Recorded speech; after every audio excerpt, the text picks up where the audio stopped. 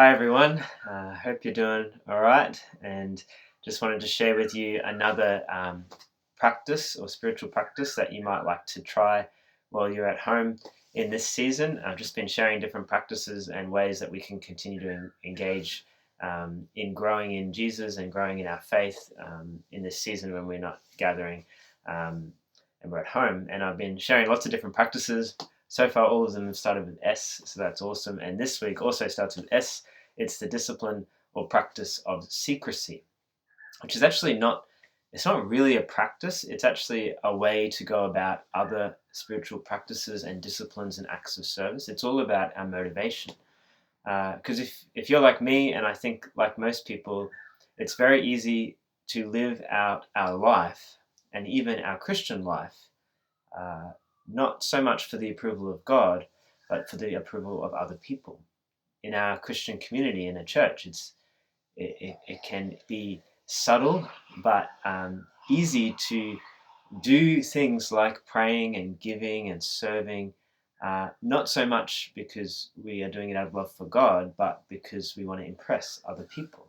And it's a subtle heart motivation and part of our human sinful nature that is there of the flesh. And Jesus spoke about this in the Sermon on the Mount, and he talked about doing spiritual acts like praying and fasting and giving. And he said to not do them for other people to see, but intentionally do them in secret so that only God sees and only God knows. That's an act of secrecy. He says, go and pray locked away where someone can't see. Give, but do it anonymously and don't tell anybody. Fast, but wash your face and make sure nobody knows. And these are the acts of service and acts of prayer, but done in secret.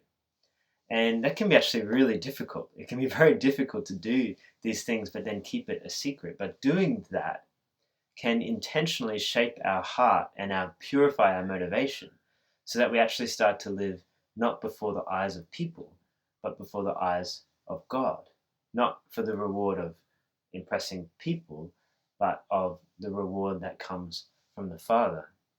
And actually can grow us in intimacy and depth of relationship as we have this secret life with God and we are aware that He looks at us and sees us. So maybe try that this week. Just pick something and do it for God or for other people, or it's a spiritual practice or an act of service, and just keep it a secret. Do it anonymously. Don't tell anybody. Don't put it on Facebook. Don't put it on Instagram. Don't broadcast it to the world. Just keep it a secret between you and God, and let that shape your heart. As well, maybe you have been living in secret in a lot of ways. We're at home. Maybe nobody knows the things that you've been doing. Maybe you've been praying. Maybe you've been serving, and nobody knows. And maybe that even feels like it's not that valuable or significant.